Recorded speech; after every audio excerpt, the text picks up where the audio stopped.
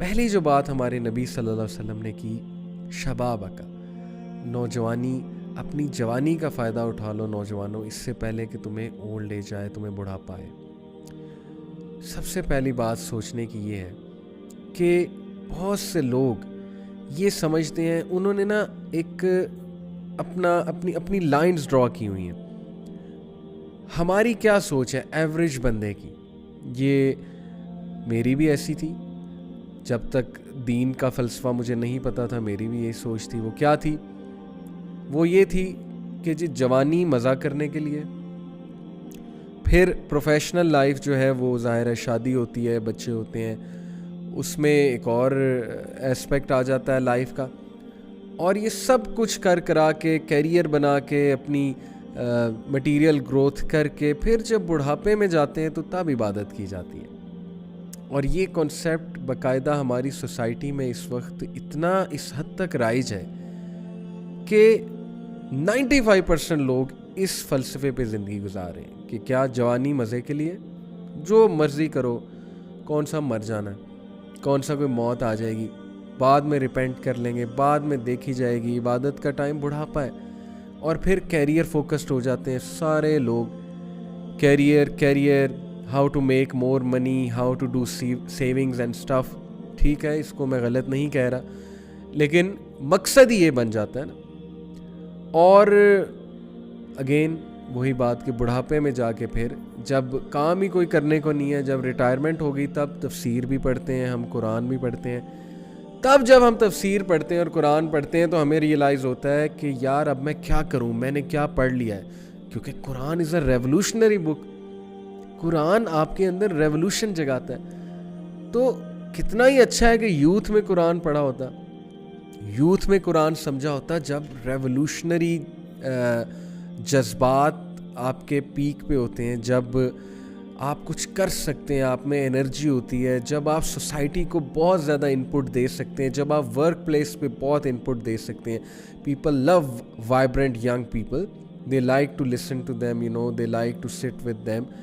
तो कितना ही अच्छा होता कि आप जवानी में ही कुरान समझ लें, कितना ही अच्छा हो, कितना ही अच्छा हो कि आप जवानी में ही इंटेलिजेंट हो जाएं, बजाय के धक्के खा के और ज़ाहिर है फजूल चीज़ें ट्राई करके, उनका एक्सपीरियंस लेके बाद में वो चीज़ें समझने की। अब मुझे इतना दुख होता है, कुछ लोग ये कहते हैं कि यार ये टाइम जो एंजॉयमेंट का है तो इसमें सारे एंजॉयमेंट कर रहे हैं, why should we think otherwise, why should we not experience these things. आप लोगों ने भी तो एक्सपीरियंस की, लोग तो हमें कहते हैं, यूथ क्लब के स्पीकर्स कहते हैं जी कि आप लोगों ने भी तो ये सारी चीज़ें एक्सपीरियंस की हैं, एंजॉय किया। द थिंग इज़ कि पहली बात, हमें बताने वाला कोई नहीं था। Everyone haves their time. हमें इस तरह से सोशल मीडिया हमारे टाइम पे इतना एक्टिव होता, मेरी जवानी के टाइम पे, यानी 2005-2006, तो क्या पता हम ये ना करते, अल्लाह नोज बेस्ट। ये क्या बहाना है कि चूँकि बाकी सब कर रहे हैं तो हम भी थोड़ा टेस्ट कर लें, हम भी एंटरटेनमेंट कर लें, हम भी जो है वो सारे मज़े चख लें। पहली बात तो ये कि एंटरटेनमेंट का क्या फॉल्स कॉन्सेप्ट हमने बनाया हुआ है।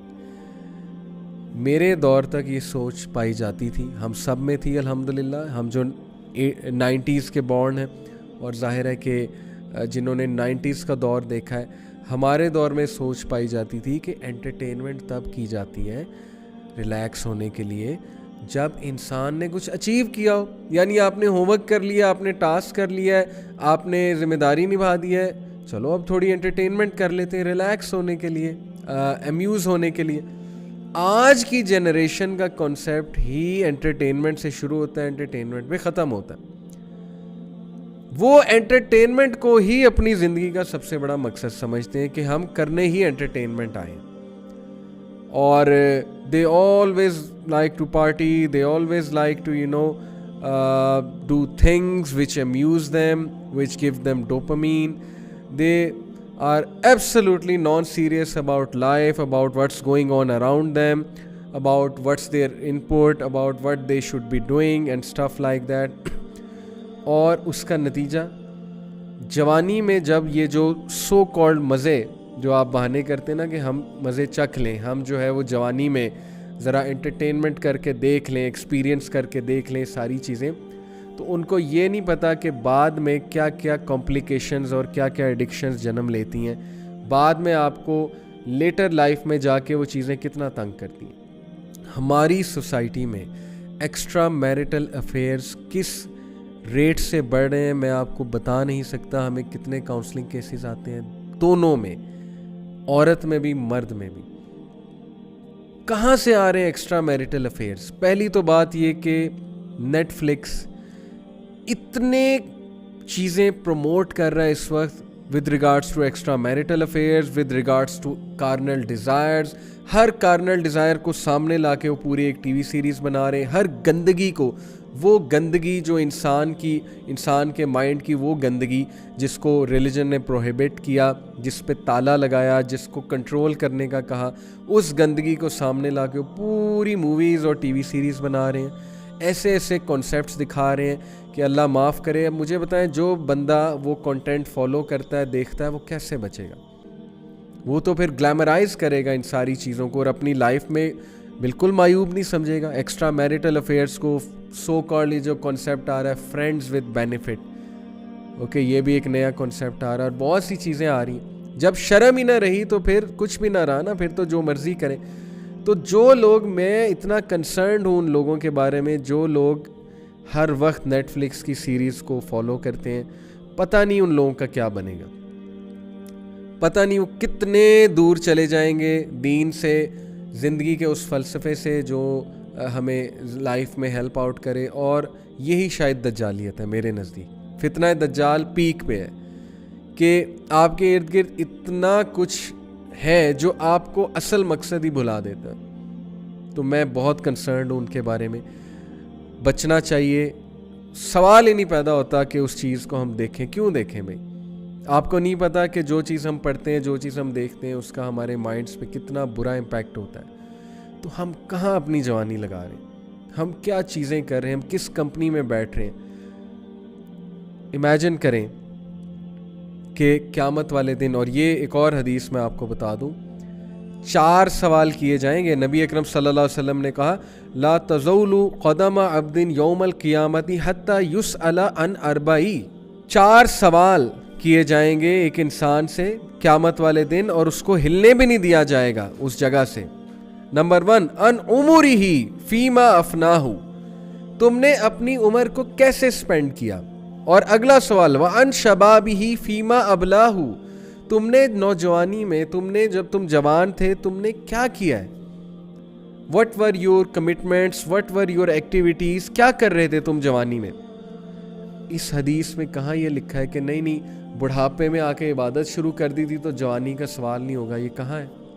4 चीज़ें पूछी जाएंगी जवानी का, ख़ास तौर पे इस हदीस में मेंशन है कि हाँ भाई बताओ जवानी में तुमने क्या किया था। सोचें, हमारा रिकॉर्ड खुले क़यामत वाले दिन। और ये इस पॉइंट से रिलेटेड अल्लाह के नबी सल्लल्लाहु अलैहि वसल्लम ने कहा ना, take advantage of your free time before your work. Imagine करें, हमारा अमाल नामा खोला जाता है, हमें दिखाया जाता है, उसमें लिस्ट बनी हुई है।